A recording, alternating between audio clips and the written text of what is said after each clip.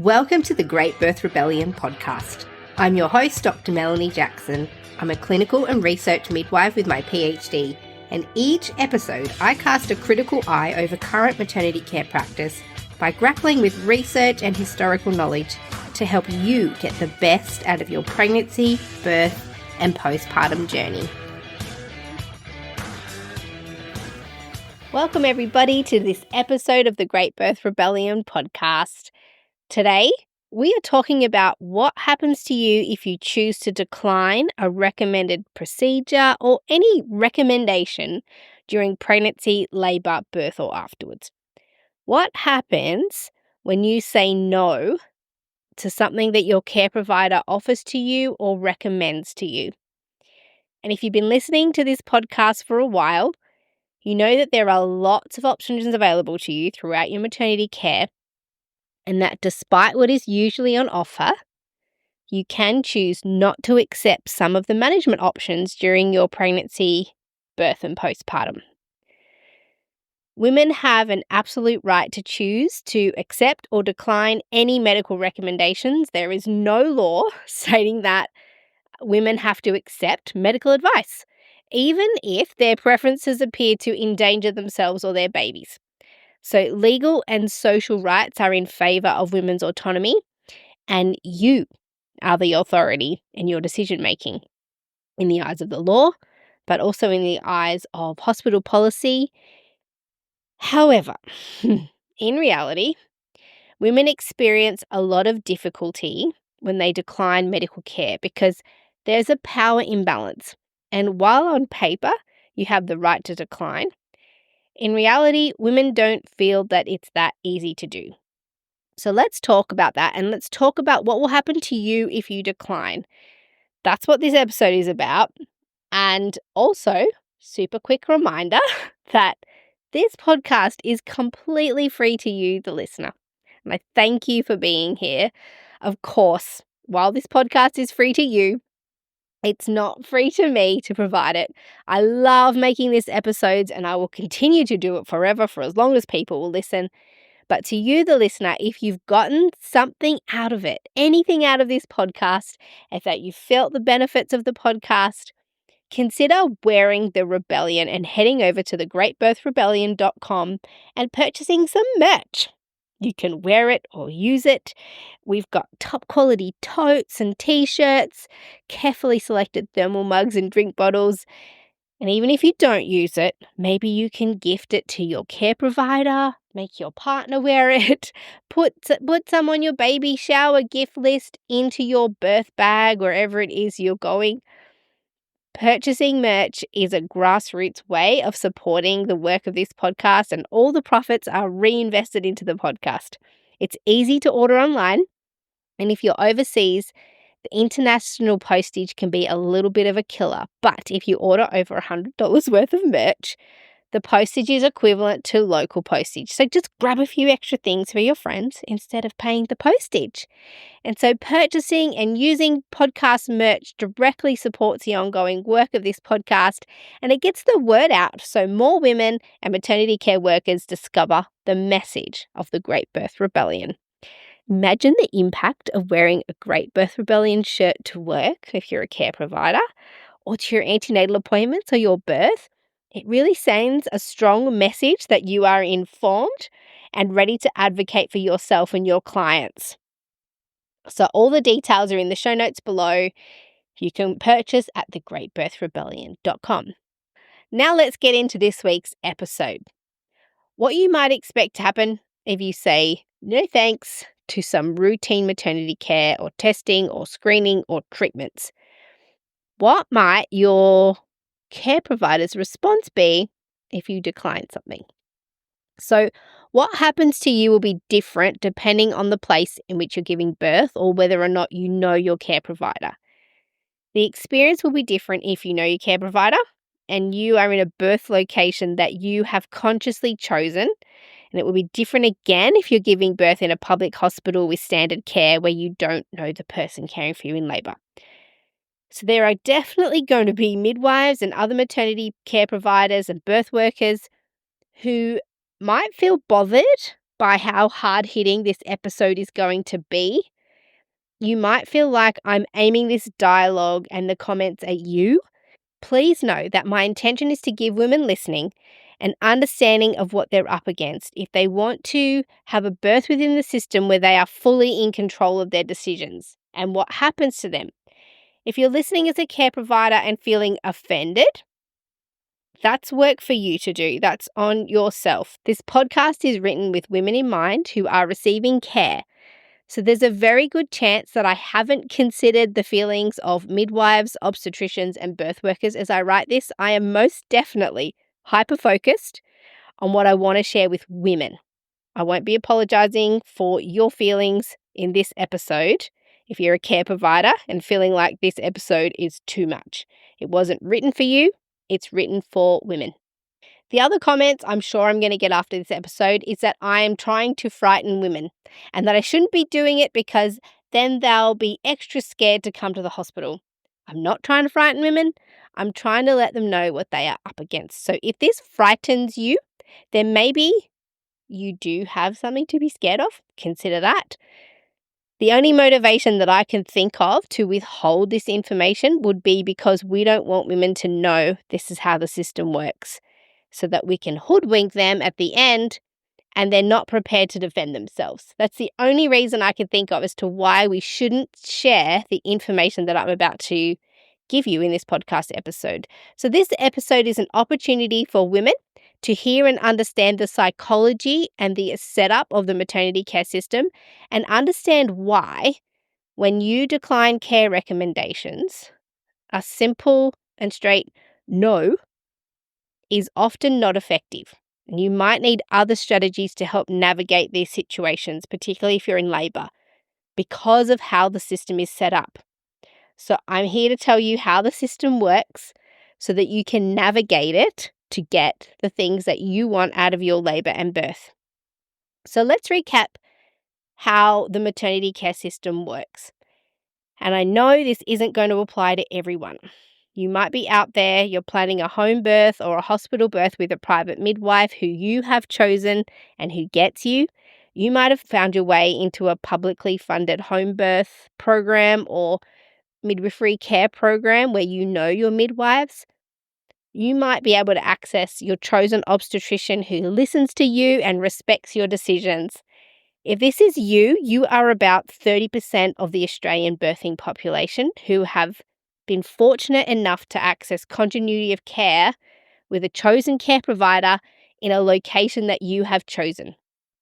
But if you are in one of these models, then many of the experiences that I'm going to share today might be somewhat diluted for you. You might be protected from some of the things that I'll be talking about today on this episode, or you might not be. So stay tuned, because still I think everyone should be aware of the systematic way that the maternity care system works.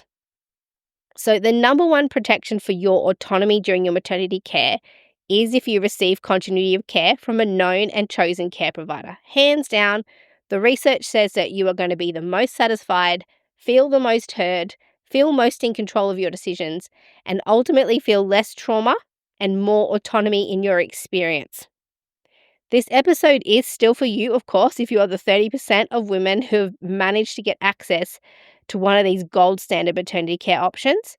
There are going to be strategies in here for you, but you are least likely to feel completely disenfranchised and feel the impact of what happens to women when they say no to a recommended procedure or test or screening in a hospital setting. So now for the rest of you, the 70% of you who only have the option of routine maternity care through a fragmented public system where you don't know your care provider. Or maybe you do have continuity of care, but you didn't get to choose who that was with. So this sometimes happens in rural locations, for example, where there's only one care provider option. It might be a shared care GP. They could be fabulous. They might not be that great, but they're your only option. So you are really going to want to put these strategies in place. If you are the 70% that I'm going to be talking about today, put these strategies in your back pocket because you're the ones who are most likely to feel pushback and pressure and coercion if you choose to go against medical recommendations. So let's talk about that. How does the maternity care system work? And this is for everyone, but particularly those women who have not been able to access continuity of care. You're the ones who are going to have to advocate for yourself harder than the rest. So the way the maternity care system works is that everything is focused on efficiency, keeping the flow of women coming in and out, maximizing output, so getting the babies out of their mothers, up to the postnatal wards with their mothers, and then out the door.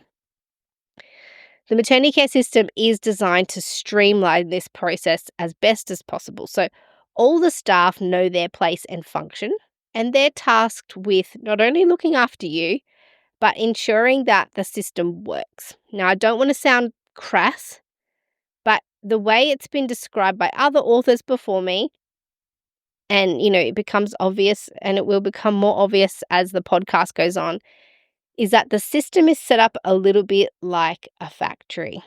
And hospital systems were developed at the peak of the Industrial Revolution, so it's no surprise that we can apply a factory-like model to maternity care systems. So in a factory, there are set entry points and conveyor belts that keep the flow going, and there are clear processes that occur along the line all the way to the exit point where the product leaves the factory. So in this case, the woman and her baby are the product. However, what also can become obvious through this episode, and for women who have experienced the worst of maternity care, is that the baby is more likely to be seen as the product by the system than you are as the mother.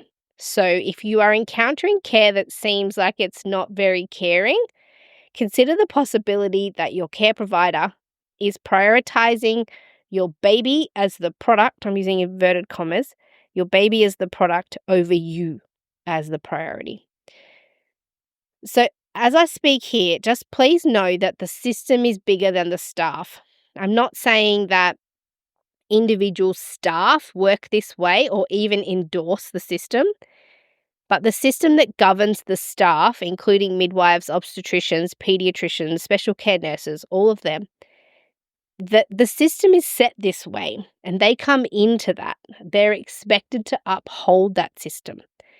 And the issue with a factory-style approach to maternity care is that anyone who deviates from the set path or who wants to get off the factory conveyor belt becomes a problem. This woman now requires individual care.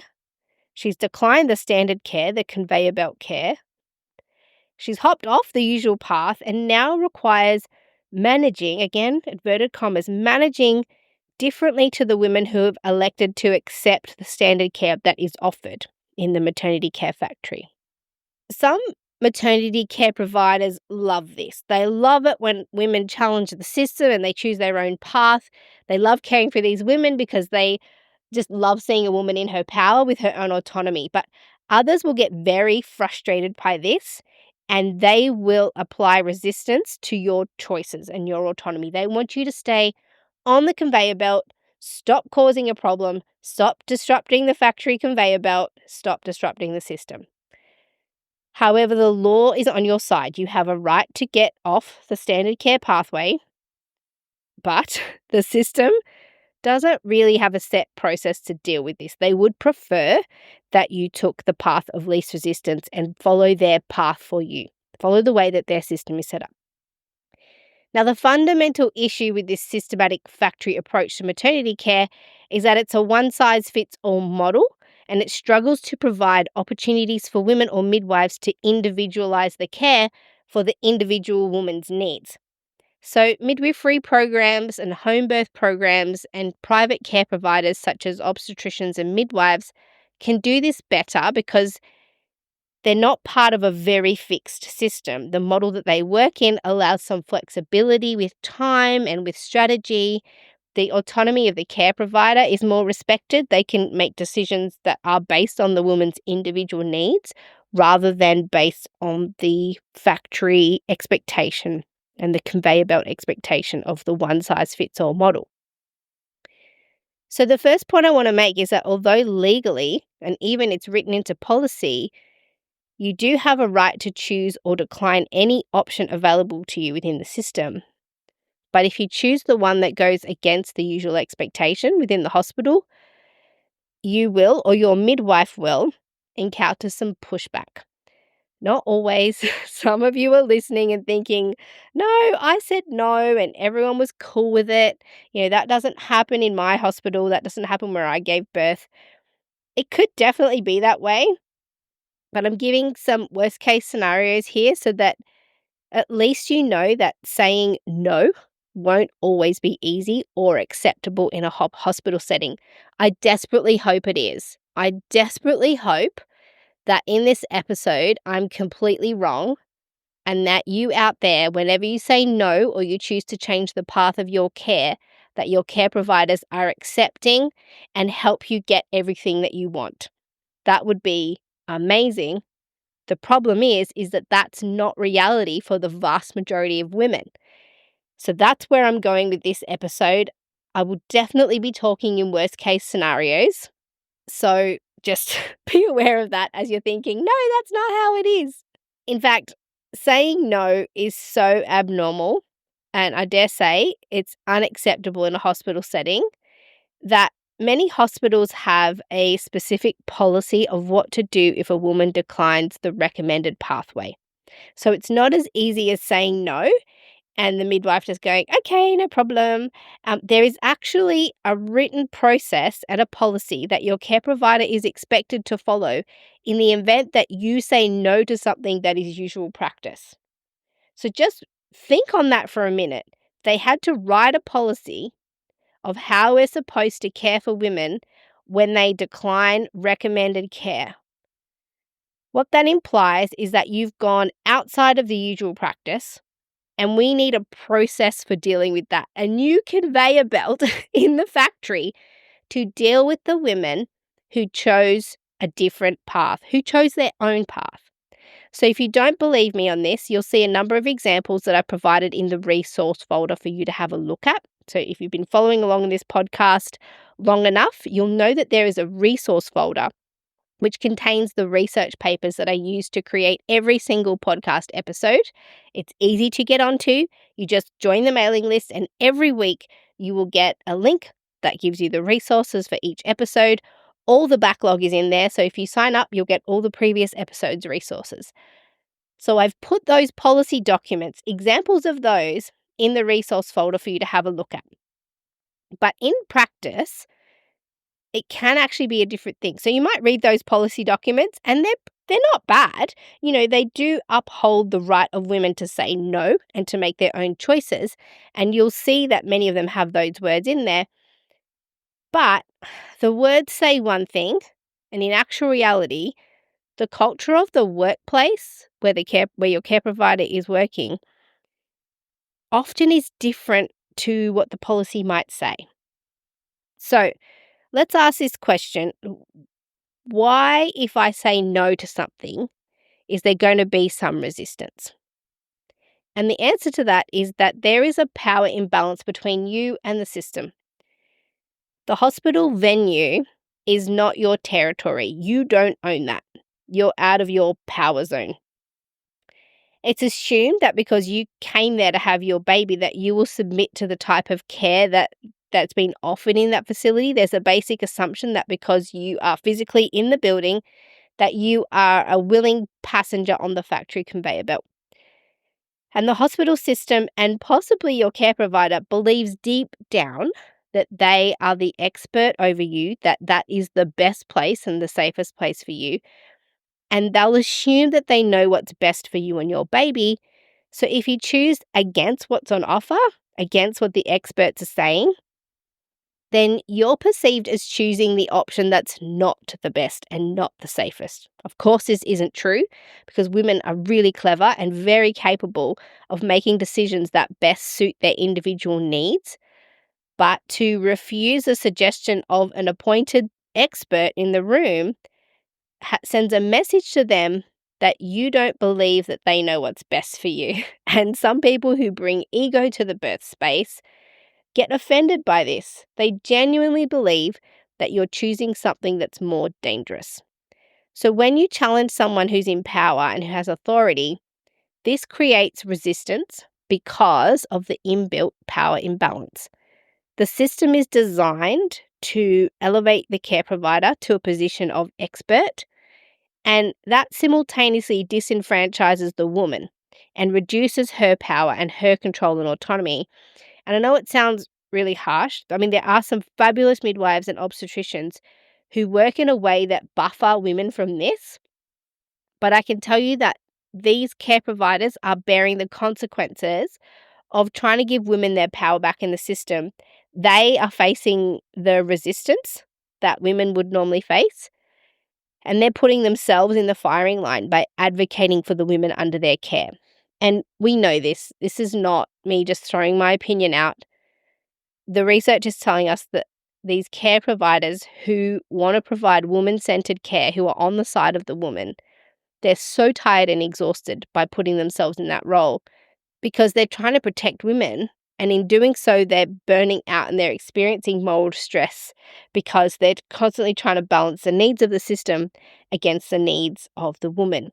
So if you have been the beneficiary of a midwife who has individualized your care and helped you navigate the system, you were in the presence of a person who was working twice as hard at their job because they were working for you and they were working for the system.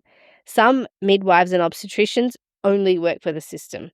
Others are balancing the two, and the battle that they're having on your behalf is to ensure that they are rebalancing the power imbalance that is inbuilt into the system. So saying no is hard because you're not respected as the authority at your birth. And so no, the word no, is only meaningful if the person you are saying no to actually respects you as an equal.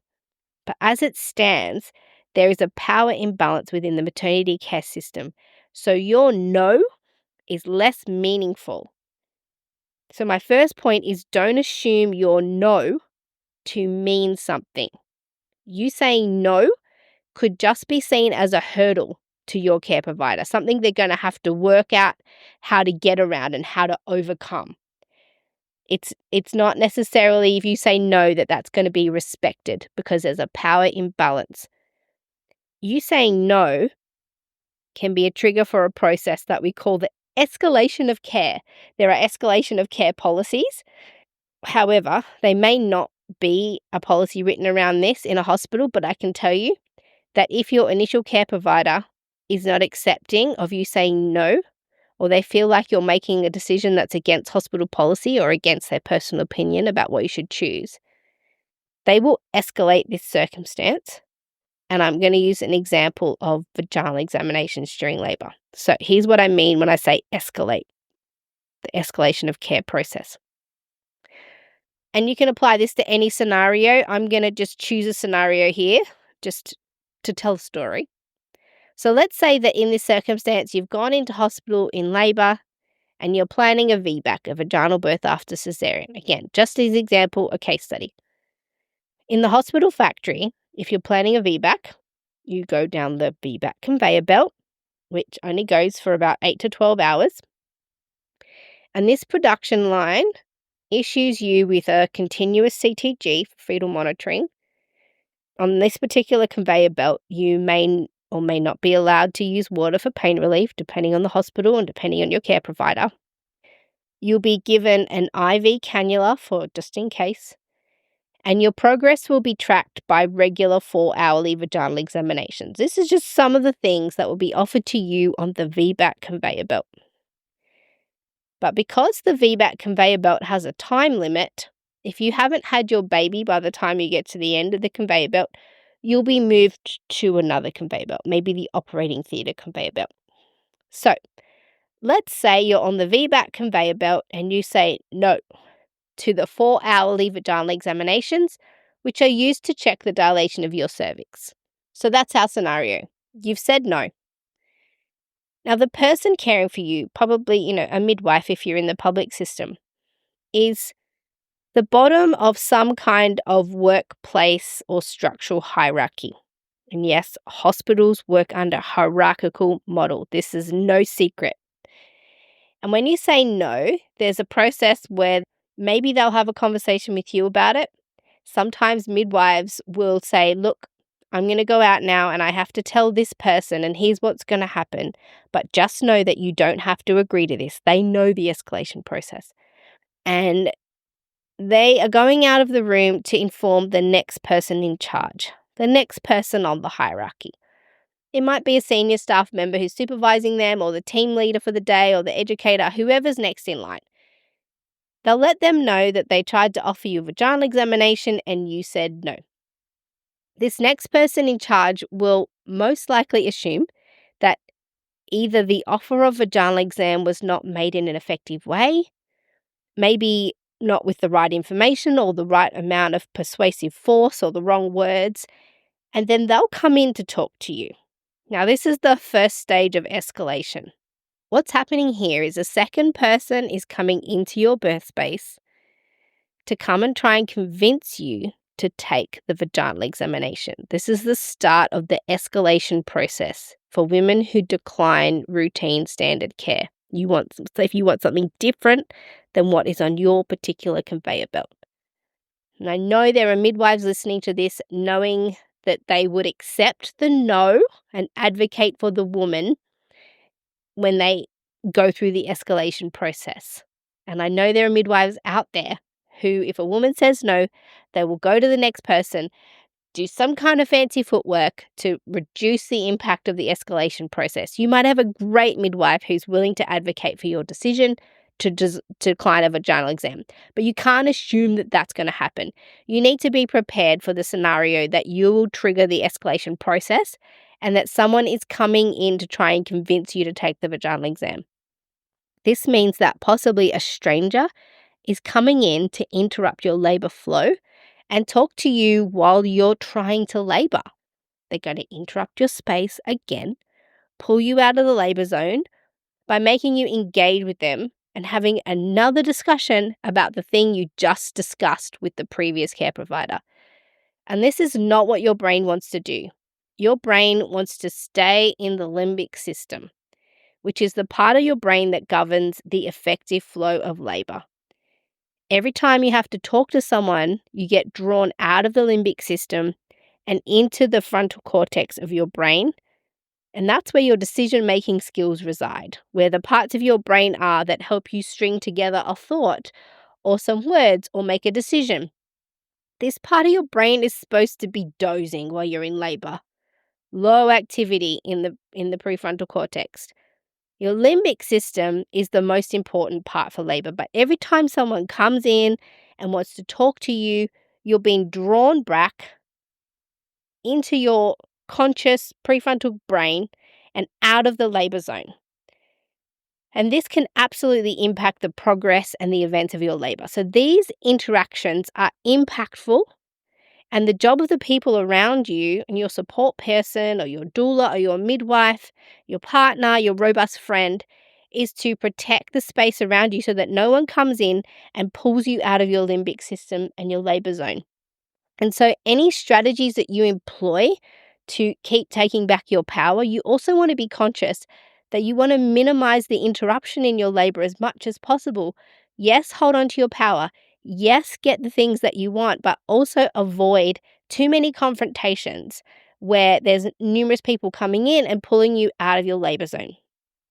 But this is exactly what will happen when this new person comes in to convince you to accept the vaginal exam.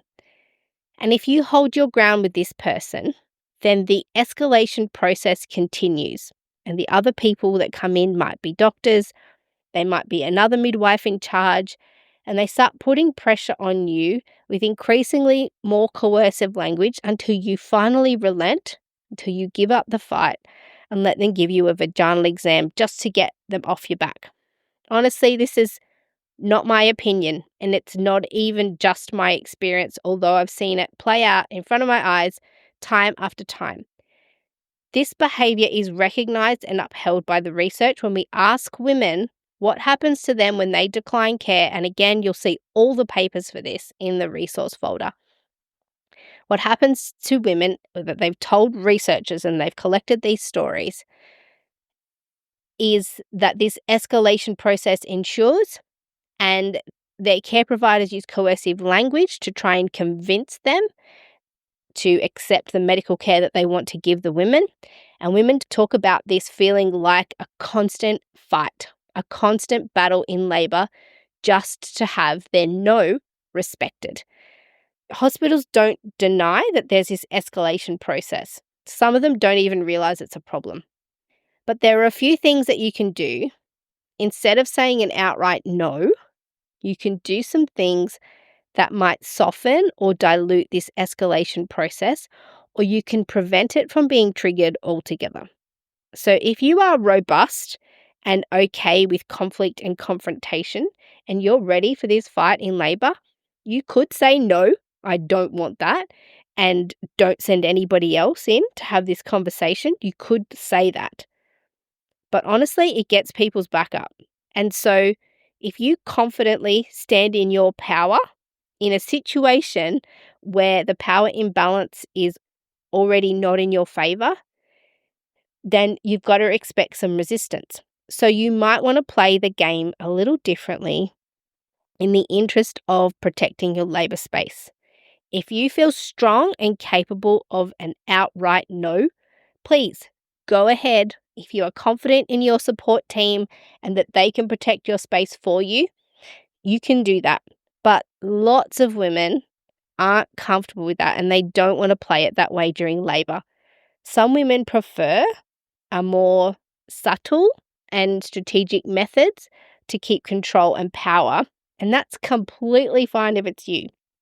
You don't have to go in there overtly fighting to keep your power in an aggressive way. You can prepare with strategic strategy. It's still powerful because you're going to keep control of your choices, but it's going to be strategic and subtle. And that's where you keep your decisions that are in the labour space and play the system a little bit for your own benefit. Because when they use coercive strategies and language, and even when they escalate, they're trying to apply pressure to you and play you in a way that gets you to play along with their plan. What you want to do is make them go along with your plan.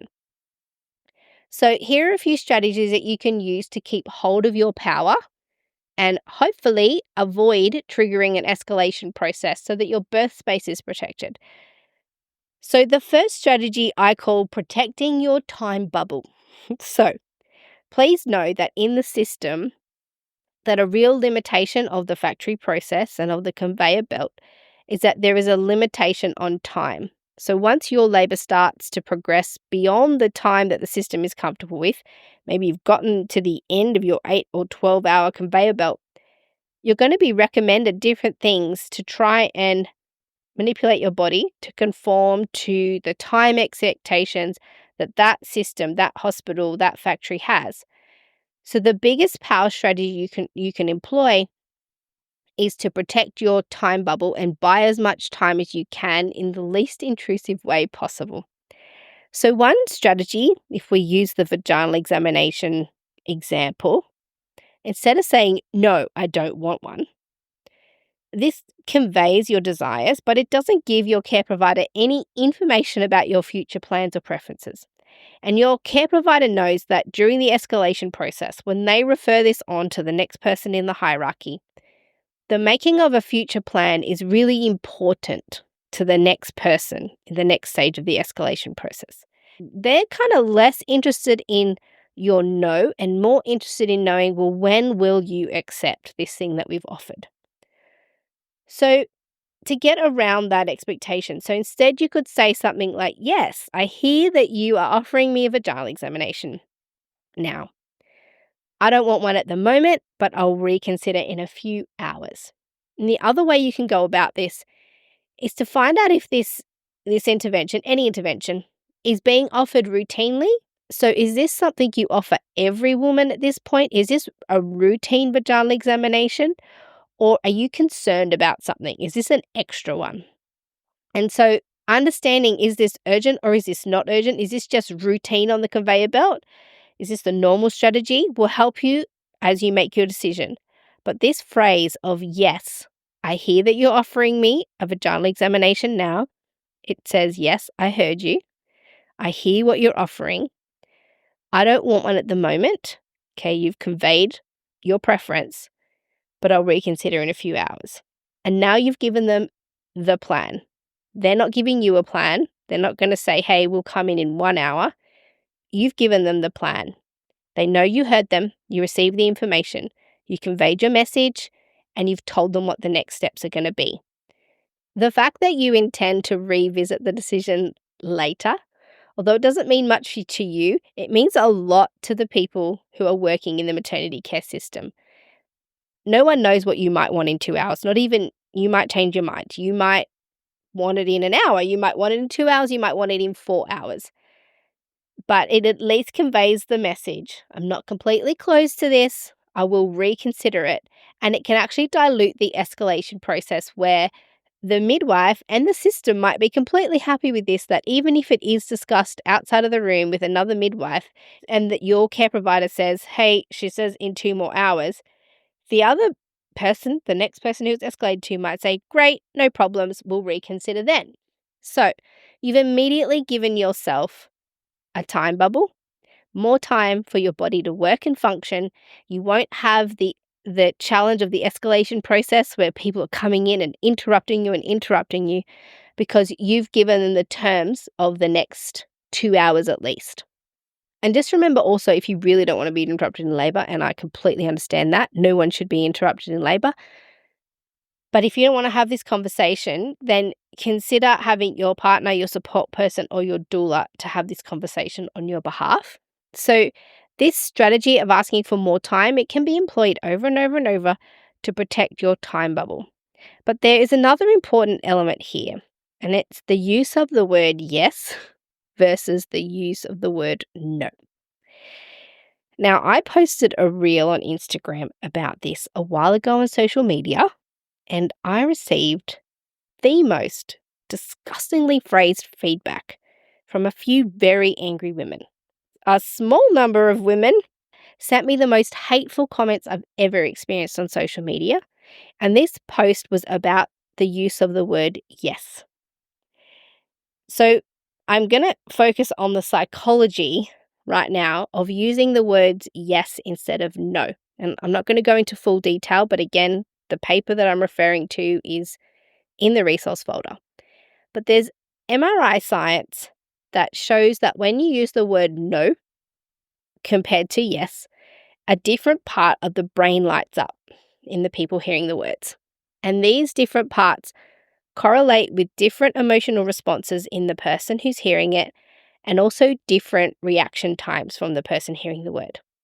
A yes placed at the front of your sentence puts your care provider into a different emotional state than if they were to hear the word no straight up. And it opens the door to a slower, more calm and open conversation. Now, I'm not suggesting that this yes implies that you'll definitely be accepting a vaginal examination.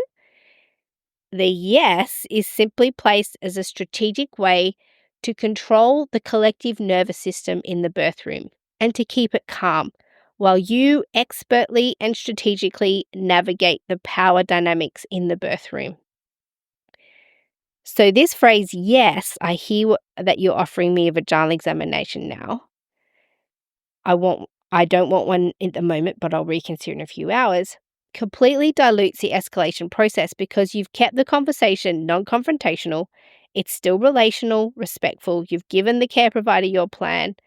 And of course, it's possible that the escalation process will still ensue, and you may need to get your support people to intervene and request that no more people come into your room to discuss the vaginal examination. Sometimes nothing works, and you may need to be really clear. I have said I will reconsider in 2 more hours, and I don't want to be asked again until then. So you decide whatever the terms are. You may actually decide, I don't want another vaginal examination. So you could say Yes, I hear that you're offering me a vaginal examination. I hear that this is part of your usual routine practice with women who are planning a VBAC, and I hear that you have concerns about my progress. However, I really don't want another vaginal exam, and I don't want to talk about this unless you have specific fears for me or my baby. So you can be really clear on your terms. But if you start with a yes, there are literally different parts of your care provider's brain that light up. And the yes word invokes less emotions of anger, and it encourages a slower response to your words, whereas no was correlated with negativity, and a different part of the brain lights up when we hear the word no compared to the word yes, regardless of what follows. So I'm not suggesting the yes is yes, I will take your vaginal exam. It's just there to calm the collective nervous system and protect your labor and birth space to prevent too much of the escalation process interfering with your labor process. It's a strategy. It definitely is. And I'm not denying here that I'm giving you tools to play a sort of game. Some people will say the system's not a game. Yes, it is.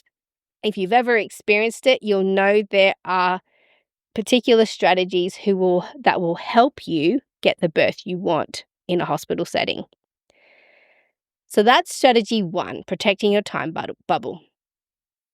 The second strategy is to claim your territory and don't ask for permission. Assume that you own the space and use it however you want to use it. Move things around, turn lights on and off, manipulate the space to suit your purposes, set it up the way you want it, get your gear out that you've brought. Don't ask for permission to use the space in the way that you want to use it. When you manipulate the space in the room to suit your purposes, you also subtly claim ownership and power over the space. And then you'll see that instead of you asking permission for what you can do, can I use the bath? Is it okay if I change the bed? Is it all right to put this here? You'll see that your care providers start to get the message that you own the space because they'll start asking you for permission. Is it okay if I move this a bit? Is it all right if I turn the light back on? Can I put this here? So in a very subtle way, non-confrontational way, you can start to express the understanding that you own the power in this space by using the room as if you own it. It's your territory. So a few things you can do to own the space, first and foremost, start asking for things that are going to help you with positioning. So ask for floor mats, bean bags. They might have birth slings or something that hangs from the ceiling, different chairs, birth stools, pillows, blankets, soft things that create a space where you can get comfortable to move around in different positions, however you feel most comfortable. You can manipulate the bed to create a more comfortable space as well. So the bed can be changed, the front and the top can come down and change into more of a big chair or something that you can kneel on hands and knees, or where you can rest over the top of the bed on your knees. You can change it that way. Another way to completely dominate the space is to use the bed as a storage space. So raise it all the way up. They're usually electronic, just work out the remote. Raise it all the way up, put your bags and equipment on it, and it means you can use it to lean forward on when you're labouring.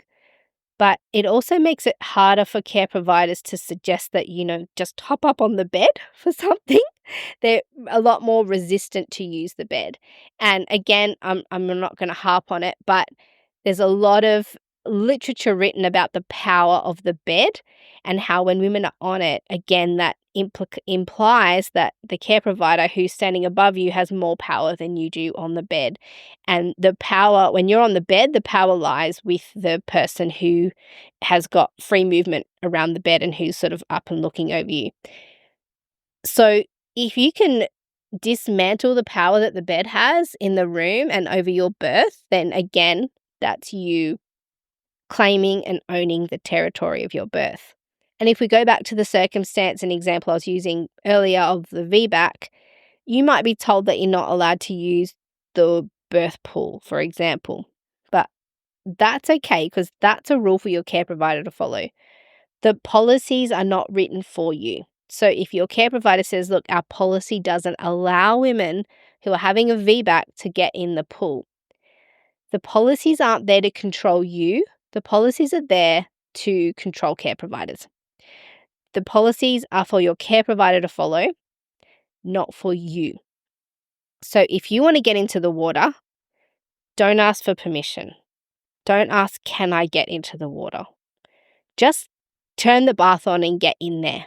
And it's up to the midwife to deal with your deviance. I say that tongue in cheek. But you have gone against a policy, but it's your prerogative. It's your right to use that room as you want and need it because you've claimed ownership of that space because you're the woman. You're the one who has the autonomy and the choices in this scenario. So use the space as if you own it. So final words for when you go and you start declining medical recommendations. So these could be during pregnancy where you have more capacity to have robust conversations. So you might feel stronger and more capable when you're not in labor to decline things. And that's okay. But final words are to remember that everything that is on offer to you is just a recommendation, that the policies are not for you to follow, they're for your care provider to follow. You are offered just whatever is routinely given to all women because that's the conveyor belt that you're on. So maternity care is provided in a systematic and uniform way that's determined by the conveyor belt that you've been put on in the maternity care factory. But if what is offered to you doesn't suit your philosophy or it doesn't suit your needs or preferences, the law and actually policies are on your side. They're really specific about women-centered care and respecting women's rights to choose to decline or accept interventions or recommendations. You're allowed to decline medical recommendations and medical care. Just know that there will likely be a reaction to this. And you might have a care provider who's comfortable with women having authority over their choices and they're comfortable with women declining options. And maybe it'll be a complete non-event for you. Maybe this whole episode bears no resemblance to what it is that you might experience in the system, but I can bet there are women out there who've already had a birth experience who the penny is dropping for. And so, you might even encounter midwives or doctors who are so on your side that they give you tips on how to navigate the system and they give you insider knowledge and strategies on how to get around the little policies and things that don't suit your needs. But you might have a care provider who expects you to follow their recommendations, and then the consequences of you declining care will be this coercive language and pressure that is designed to scare you into making the decisions that they want you to make. They'll apply so much pressure, and the intention is for you to just give in. So if you take nothing else away from this episode, that's what I want you to know. That there is a power imbalance in maternity care and in the maternity care system, and your care provider intrinsically has more power than you do by default. They're positioned as the expert, and many of them will think that they know better than you, and they own the space that you're in, unless you're in the fortunate minority who has other options. But for many of you, it will be your job to prepare yourself to hold on to your own power and use the strategies that will prevent confrontation and interruption in your birth space to allow your body as much opportunity to labor as possible while you strategically navigate these power dynamics so that you can get the birth that you want. Sometimes you will have to go into your birth prepared for a fight. And in addition to the two other suggestions that I gave earlier, protecting your time bubble and owning the territory, you can make this fight more powerful by having people with you who can advocate for you, such as a robust and confident partner or friend, or a doula who has your interests at heart. You can also take with you a private midwife into hospital, which again is all of these protective barriers around your autonomy can help you choose the type of care you want, have your no be more powerful, and avoid the coercive behaviour of the escalation process for women who decline medical recommendations. To get access to the resources for each podcast episode, join the mailing list at melaniethemidwife.com, and to support the work of this podcast, wear the rebellion in the form of clothing and other merch at thegreatbirthrebellion.com. Follow me, Mel, at Melanie the Midwife on socials, and the show at The Great Birth Rebellion. All the details are in the show notes.